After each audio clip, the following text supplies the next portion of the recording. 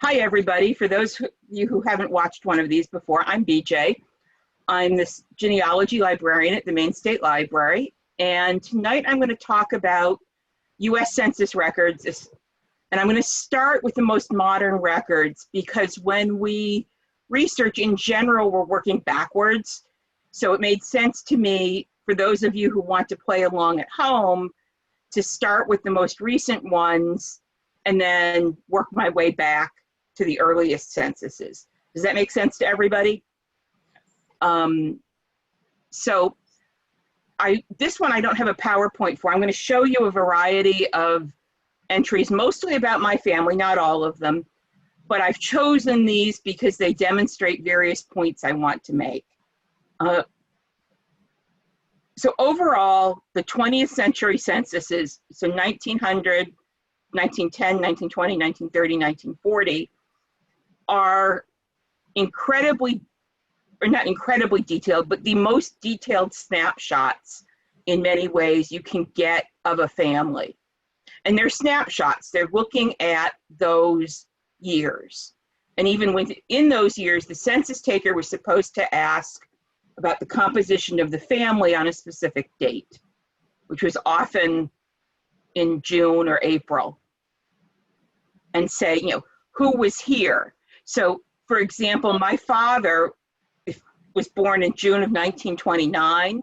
If he'd been born in June of 1930, he probably would not be on, even if the census taker came around at the beginning of August and my dad had been born, he wouldn't be in the census because he wasn't born before June 1st.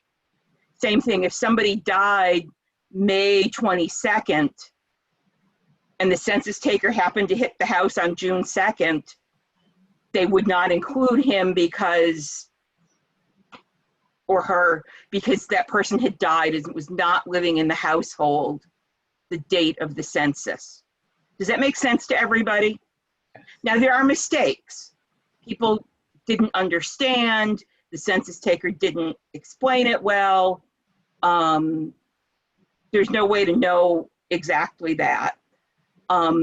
So, you know, I have seen people who should not have been there because they died listed. I've seen babies listed who shouldn't have been, and so on. Does that make sense to everybody? What can happen? So anyhow,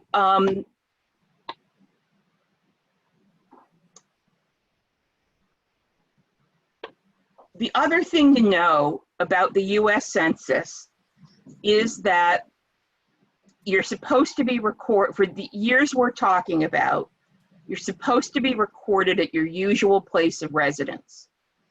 So for example, this year, you know, some of you already have heard, you know, I have the most adorable nephew ever. My brother finally, at the age of 51, finally fathered my one and only niece or nephew. And he was born this spring. If the pandemic hadn't interfered, I probably would have been in Virginia visiting him on the designated census day this year. But I would still fill out the census as if I lived here in Maine, because that's my usual place of residence. I would not be enumerated at my brother's residence in Virginia. And the reason I bring this up is that the Canadian and UK censuses record where people are the night that's designated as census night. So if I had been visiting a cousin in Toronto, that same, you know, next year, you know, if things are lifted and I'm visiting a cousin in Toronto or a friend in Montreal, I would get caught if I was there on their census date because I'm in the house. Mm-hmm. Does that make sense? And I would very gladly get caught in a hotel in Edinburgh or Glasgow. So you guys understand, right? Yes, that's funny. So those are some of the things to keep in mind. The other really big thing to keep in mind is that except for 1940, we do not know on any of these censuses who the informant is. We don't know who gave the information. Is it the father who was like mine, and even though he only had 2 kids, had to ask us our birth dates because his brain just didn't remember that kind of information? Yeah. Was it the mother with, 6 months pregnant with a year-old baby and a 3-year-old and a 6-year-old looking for supper, and she's been doing piecework all day and she just wants to go to bed, and the census taker knocks and wants to know where her kids were born and how old they are? And does she remember that, the 6-year-old was, a week ago, was only 5 and gives 5 as the age? Was nobody home and the census taker asked the neighbors? Is the 13-year-old who's watching her younger siblings the one who's answering the questions? And she doesn't remember that the 11-year-old was born in New Jersey and not Pennsylvania. Does that make sense to everybody? Why it's really easy to see what we see as mistakes that come in, and a lot of it comes down to the informant. The other thing is, we're not seeing the originals. We're seeing the copy, and all of these were hand copied and then sent to DC. Oh. The census taker would have had their own notes from going around and often kept a state copy that went to the state capitol, but what we're seeing is the ones that went to the federal government. And so some of what we see could be copying errors. How many of you have done the thing where you've been writing for 3 hours and then the next day you go back to look at what you wrote and you can't read your own handwriting? I know I've done that. Imagine you're the census taker and you're getting paid to get this done quickly. Are you going to make a trip back out to that person's house, or are you just going to do your best guess at what you remember they said? Okay. That makes sense? So I don't want to scare you off from using the census, but as with any other record, you need to take it with a grain of salt. The other thing I want to mention is the census taker never asked for proof of what people told them. Right. When they asked for ages, or in one census we're going to look at, they asked for the birth month and year, that people did not pull out their birth certificates to prove it. They wrote down what they were told. If a woman said she was 39 and she was really 47, that's what they wrote down. It's not at all unusual to see people, particularly if they're, like if they have 7 children and the youngest 4 were born in the US, I've often seen them then saying that the oldest 3 were as well, because, that made them US citizens if they were born in the US. Not that the census could be used to prove that really, but I have seen that where I've been able to show that a family immigrated with 3 or 4 kids. The younger 4 or 5 were born in the US. And often the first census has the right birth date places, and then the next one has US for all of them. I've seen that multiple times. So, if anything doesn't quite fit, don't panic. All right? So before I go any further, I do want to remember to mention, I am doing, next week I will be doing 1850 to 1880, and then I'll be doing 1790 to 1840, and then I'll be doing a session on how to find people where you're not finding them through a quick Ancestry or MyHeritage name search.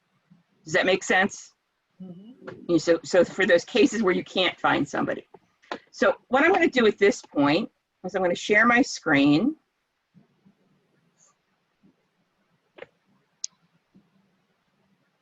And let's start with 1940. And this is my grandmother and grandfather. What's interesting, which you wouldn't know from this record, there are two things I want to point out here. They're at 13 Oak Street in Danvers, Massachusetts, but it was a two-family house. And so Jessie P. Leroy was my grandfather's aunt, his father's sister. She actually taught at what was then the Salem Normal School and is now Salem State University. Evidently made many of her education students cry. And then my poor mother, with this rather unusual name, went to school with many of those teachers who had cried because Aunt Jess was that strict an instructor. So trust me, I heard that story frequently growing up.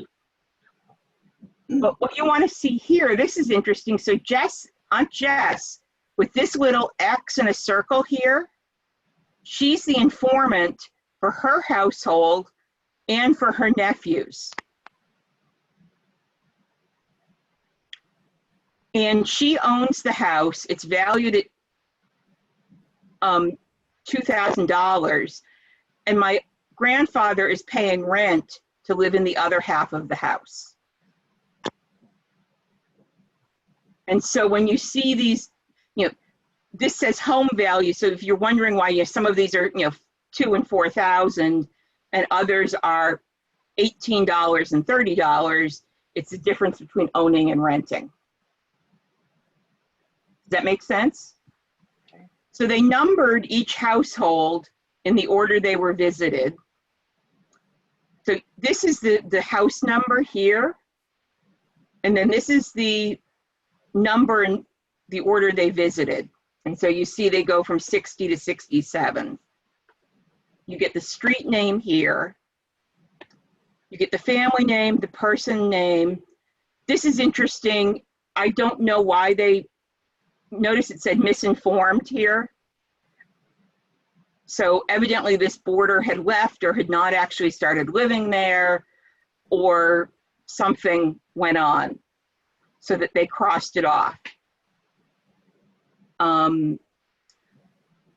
What's really interesting is Aunt Jess listed my grandfather living there, but as far as I can tell, he'd actually already left to live with the woman who became his second wife from other records. Yeah, I'm still working on figuring out that exact timeline. It does not look good for my grandfather, but on the other hand, I will admit to having shared a house with my grandmother, and I can kind of see why it happened, having shared a house with her. So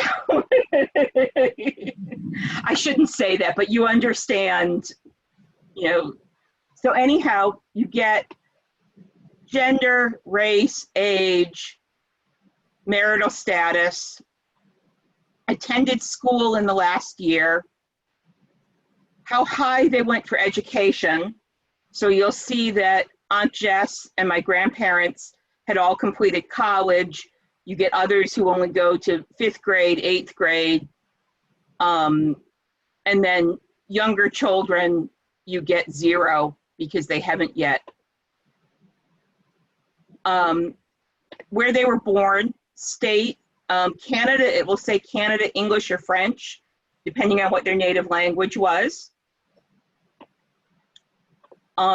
Naturalized and alien. Right.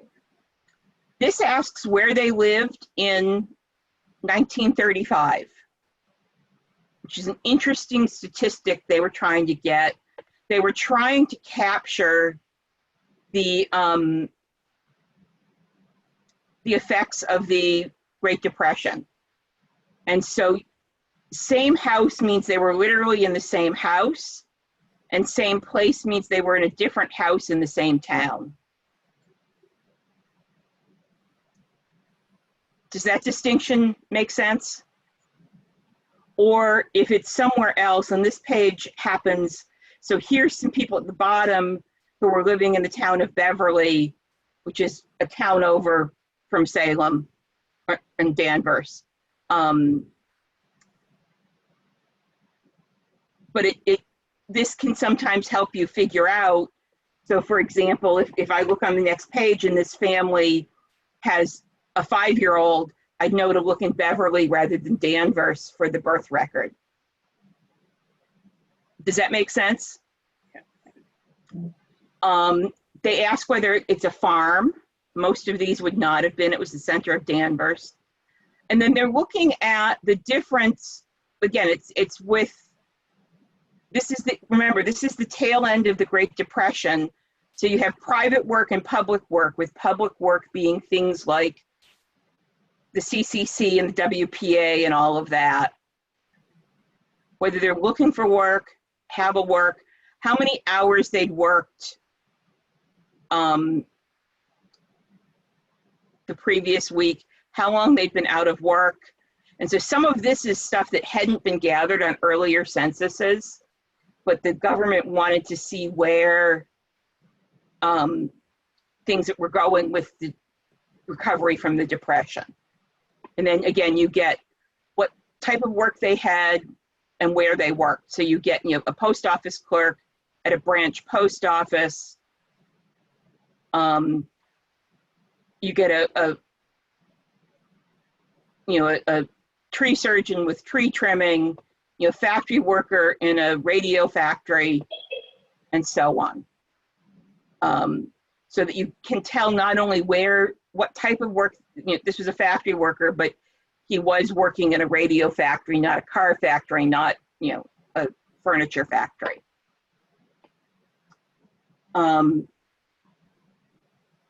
And in 1930, my grandparents hadn't married yet. So this is my grandmother under her maiden name. And the 1930 census is pretty similar. You get the house number. You get, this column is the order they visited. You get the same thing with renting and owning, and asking about a farm. This time they ask age at first marriage, which may not be the age of the marriage they're currently in. So take that for what it's worth. Attended school, read and write. And here we go back to, instead of asking where they were 5 years earlier, they ask where this person was born and where that person's parents were born. And if somebody was born outside the US, what their native language was.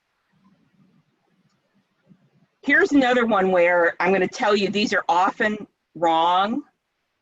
This says this person came to the US in 1900. I would easily say half of the dates that I've been able to track down on immigration year from the censuses from 1900 to 1930 have been wrong. Easily half. Now, some of them are only a year off. I've seen them as much as 10 years off. So that's something to keep in mind, is that it's a guide, it's not definitive. And then the occupation questions, and again, this is the height of the Great Depression, so they're looking at this, and this in most cases would be a veteran of World War I is what they're really getting at in most cases. For older men, you may get other things, but it's mostly going to be World War I. So if we go back,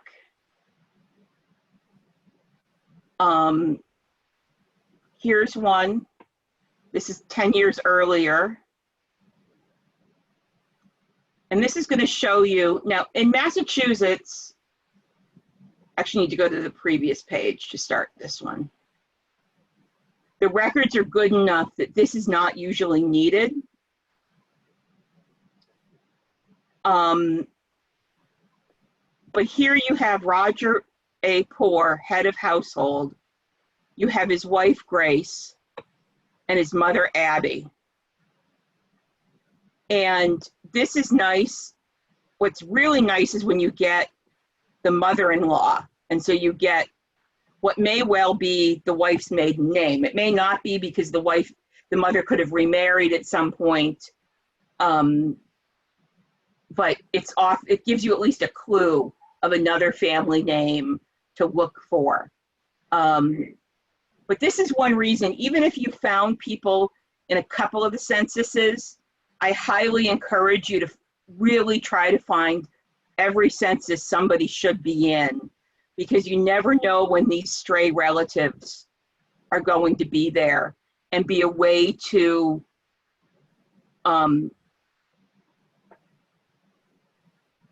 tie another part of the family in. Does that make sense to you guys? You know, I've had cases where somebody with a common last name, Smith or Roberts or something like that, where you get a brother in the household with an unusual first name compared to the Thomas or Robert. You know, if you've got Robert Smith and not much other detail, it's hard to pin that person down. But if his brother's named even Nathaniel, or, you know, Elihu Root Smith, you're going to be able to find him more easily than you'll be able to find the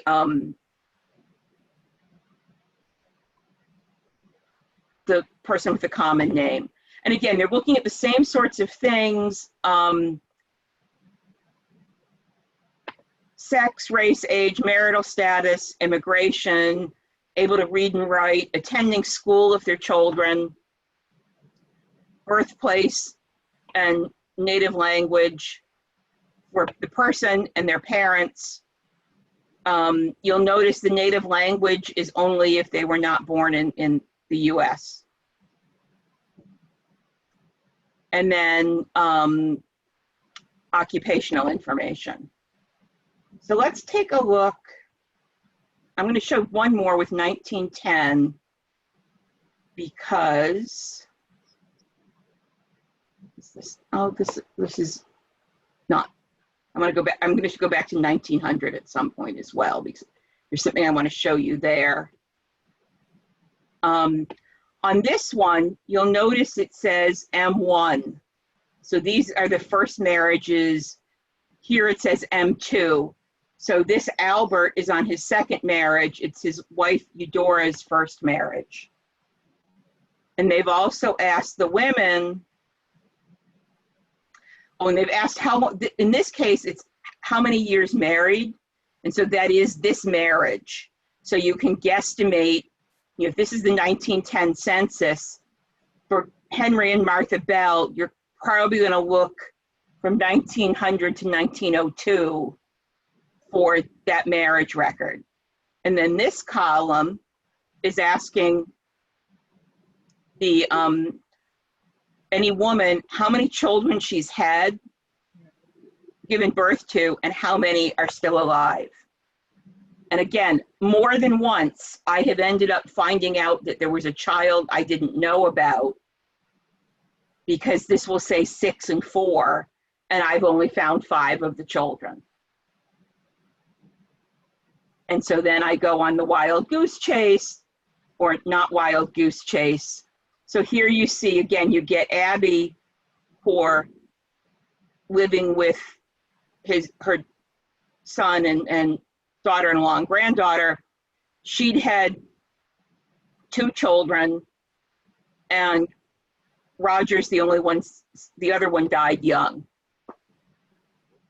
Does that make sense, how that could be very good information? You know, this is a snapshot of the family, but it's like there's a ghost image in the snapshot of children who died. And that's one reason I wanted to show you this one, because that's helpful information.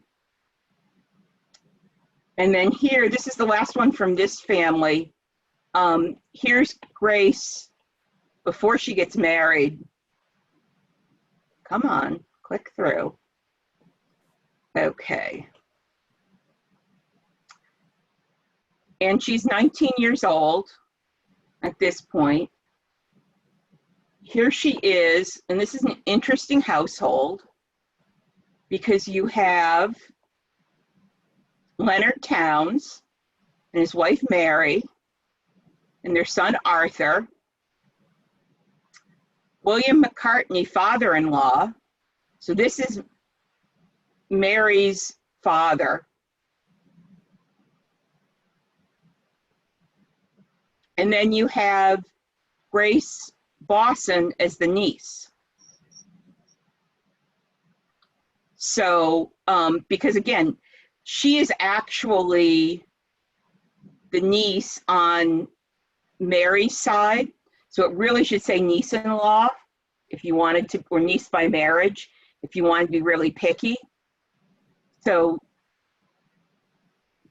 once you get outside of immediate family, wife, spouse, children, and parents, you may well get categories that are a little more general, or where they say niece when it's really, or cousin when it's really an in-law relationship to the head. Now, the other thing they did in 1900 that's very helpful, especially in states like Maine, where we only started vital records in 1892, they asked for the birth month and year. And so this can, and again, there are times this is not right, but at least gives you a place to start looking. And again, years married and number of children. And so here, someone who has had 7 children and 5 survived. This woman didn't have any, and Mary had had 1, who was Arthur.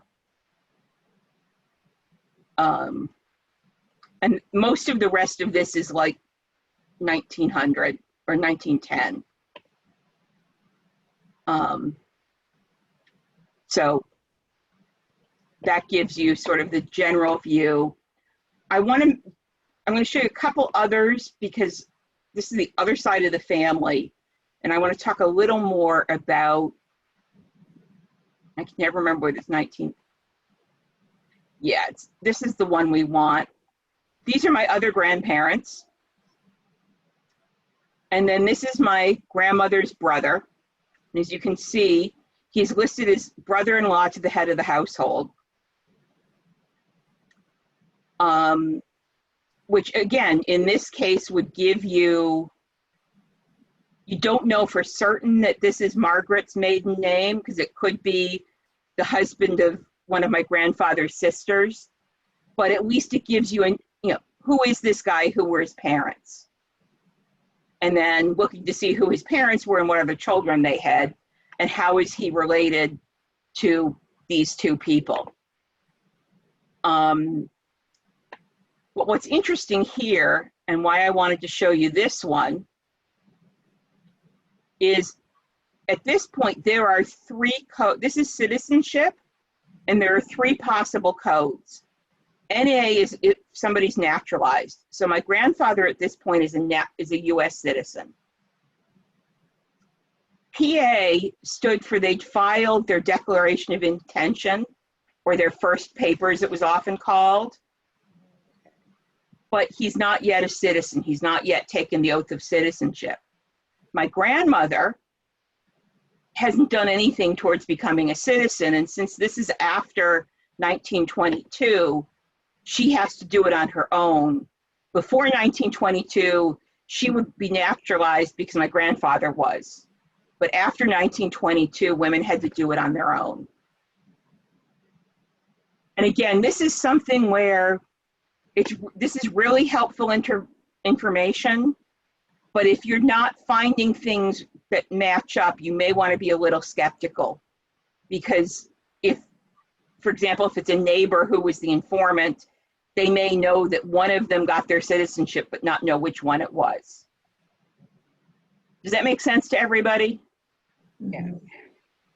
And if we look in 1930,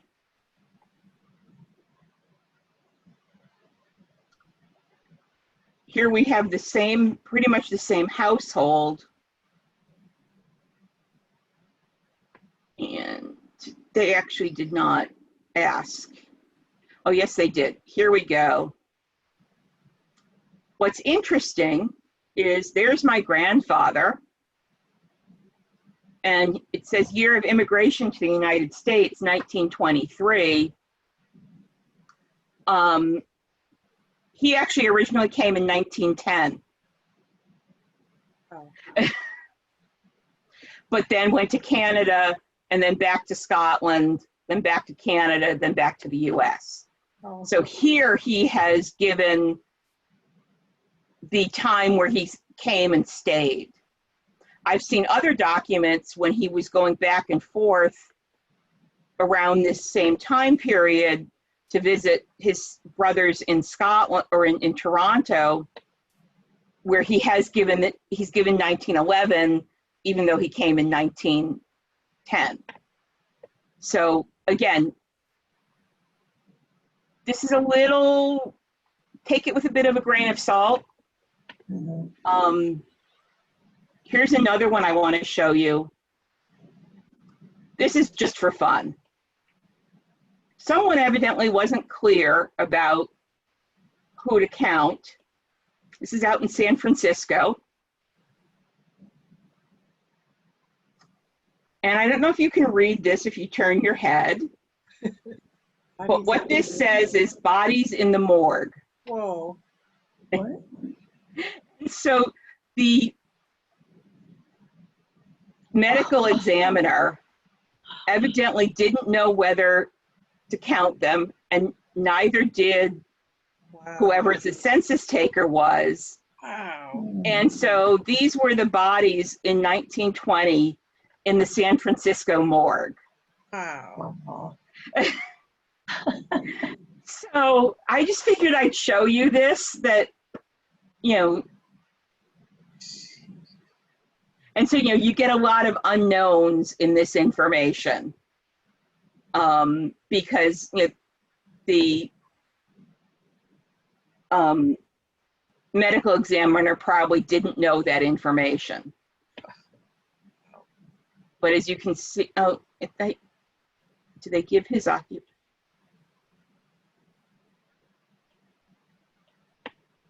So I guess he's actually one of the bodies in the morgue. They count him as the head. Oh, gee. But, you know, they should not have enumerated these people because they were dead on census night. Right. And so we're no longer living somewhere. But, yeah. Here's another one. I will show you this one. First of all, when you put somebody in, let me go back on this one. And you're just searching the census, you can then narrow it down to just a decade. And then here we'll narrow it down to the US federal census. And the reason I like doing that is, notice here you've got this, but if we go to the next level down and just the 1920 census, you get, in some cases, other members of the household, either parents or spouse. And so if you've got somebody who's got a fairly common name, this may be able to help you narrow down which one you want to start looking at. But this is the one I want to look at. She's my couple greats grandmother. And I will tell you, I made the biggest rookie mistake when I started with this. And it took me a couple years to figure out this. So we have Louisa Page Weston, head of household, William H. Weston, son, Walter P. Weston, grandson. Can anyone guess what mistake I made? Walter is the grandson of William? I mean, the son of William? He's not. That's the mistake I made. I would have done that. I can understand that. He's actually the nephew of William. He's the grandson of Louisa, but it was one of William's brothers who was Walter's father. Oh. And it was only when I went to do something else with the family and I realized I had two Walters who were grandsons with different fathers, but the same birth month from different records. And I was like, And I had to go back and double check and, because it's Massachusetts, was able to pull the birth record and figure this out.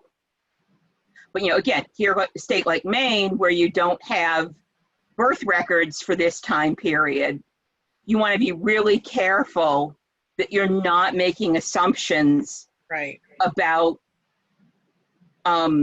relationships Yes. between people where one of them is not the head of the household. The other case this really comes up is if you have a head of a household and a wife and 8 kids listed, you don't want to assume that she's the mother of all 8 kids. Yep. And I actually had a case, I was working with a woman and we had like 3 kids in their teens and then a 5-year gap and then 3 kids under 7. And so she assumed that the first wife died in the gap. And it turned out the first wife died after the oldest of the younger children. And then the father remarried within a year or about a year later, and then had another child right away. So it was like 22 months between the last child with the first wife and the first child with the second wife. Because, he had a baby to care for and, kids who were, 8, 9, and 10 or whatever. And so weren't quite old enough to do the household stuff. And so he remarried quite quickly. So that's one reason I wanted to point this one out, is that that's a bit of this is an easy mistake to make. Yep. Now I'm going to stop sharing that screen. And I'm going to go in and share another screen. Where is it? Oh, let me do this. Sorry, I had to get the right. Most of the 20th century census returns have directions about how to cover a street. And so if you're looking for people and things seem wacky, you see how they went like this, and then they would have done this part, they would have done this part of the street as part of this, and then this side of the street as a separate loop. Same thing here. You're going to get a gap in the record. So don't be surprised if you get all the even numbers and then you have to scroll backward or forward several pages to look across the street. And I will tell you that it's probably worth doing, at least for the couple blocks around where your person lived, because you may get people who live across the street, particularly in cities where you've got big apartment buildings and such. Sisters may live across the street from each other. And it's also just looking, to see, is it a neighbor? I mean, there are neighborhoods I've looked at in New York City in 1910, where there is nobody over the age of 15 who was born in the US. Literally nobody for 10 pages in a row. But to get a feel for the neighborhood. So this is one of the things I wanted to show you, is that there were directions for all of these censuses. If somebody, and this gets more important earlier on when we look at earlier censuses. If somebody was both a carpenter and a farmer, which occupation did they put down? And the rule was whichever one they made more money at. Okay. So you'll want to, if you're puzzled about something, take a look at the directions. They're often at the beginning of a reel of microfilm. So when you found somebody in the index, say at Ancestry, at the bottom, you can, when it says like page 37 of 200, put page 1 in and go back and see if there are directions. They may give directions, especially in this era, about what were valid countries in Europe, especially Eastern Europe, to put down as a birthplace as borders changed. So did you say Austria or Austria-Hungary or Austrian Empire or Poland? Because there were places that were those countries in four different censuses, 4 different countries. So that's something to keep in mind. Okay. Does that make sense to everybody? When all else fails, read the directions. Yes. Now let me get this one set up so I can show it to you. Now this is not a US census, but you guys will understand why I have to show you this one. This is the census from England and Wales in 1911. And you've got John Charles Bolton and his family. And then down here at the bottom, they list Peter Tabby, servant, 6 months old, occupation Mouser, birthplace Dorset, nationality Persian.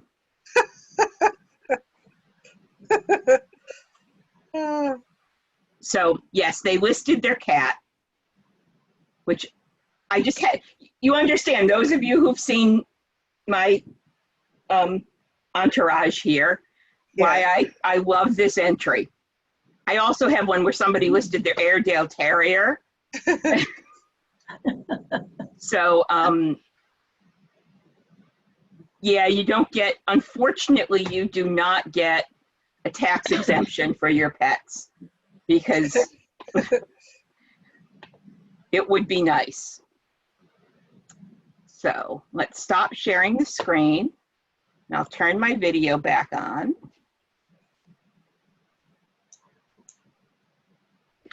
So any questions at this point? I do have a question. Sure. Okay, both my parents are from China. If I want to find out, look up some information on the census for them, do I go into Census of China or? When did they immigrate here? I think 1942, something like that. Yeah, the most recent census available right now is 1940. There's a 72-year privacy regulation, and that actually comes out of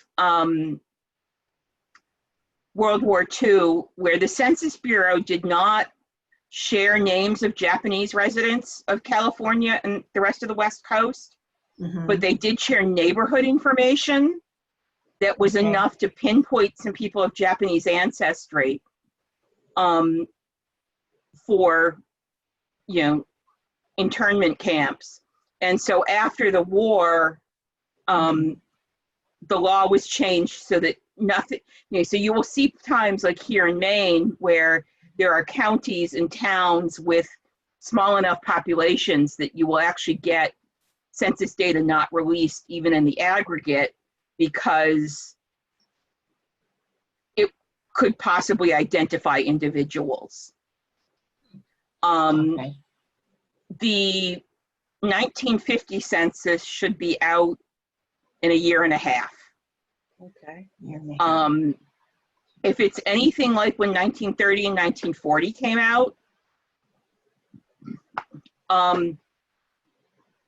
put it on your calendar for a month after it comes out, because Ancestry crashed I don't know how many times with the 1930 census when it came out in 2002. Now, I'm assuming that their servers are much more robust now than they were 20 years ago, but I would still tell you, yes, we'll be eager for it, but wait a month, you'll be saner. Let's see. So yeah, so that's an interesting time to have immigrated, Susan, and there should be records of their immigration. Yeah, I don't have that. I do. Okay, one other question. Okay, even though after 1942, they had stayed in the United States, would I be able to find census records? It's done every 10 years. So 1950, they should, if they were here in 1950, in a year and a half, you should be able to find them. Okay. And yes, I am waiting to see some detail, like that whole mess with my grandparents and when my half-uncle was actually born and such. I am desperately waiting. I'm waiting for 1950. Oh my goodness. Yeah. So that's the issue. That basically and one of the things all of us run into is from about 1945, at the end of World War II, until the late 1990s, when you start getting things like obituaries that are born digital, that are posted online. There's a 50 to 55 year period where, because of privacy concerns and just volume of information, if you can't get back to 1940 without research, it can be difficult. Now, there are ways around that. There are city directories, the Social Security Death Index and things like that, but there's actually, in some ways, less information for the 1950s and 60s than there is for the 20s and 30s. Okay. For genealogists. And so, yeah, it's worth making sure you look, for those of you who have ancestors who are here in the US, it is worth looking at every census somebody should have appeared in. Yeah. Because as you saw, things changed a little. Not everybody aged 10 years for every census. Trust me. But you also get people who were really old and so go from being like 80 to 93 in a 10-year period. Because once you're a certain age, it's more impressive to be older, I guess. Yeah. So, it's the best, they're the best records we have. They're not perfect, but they're really from 1850 to 1940, you should really, to a great extent, use the census as the backbone of your research, as you begin. Okay. So, okay. So all right, thank you.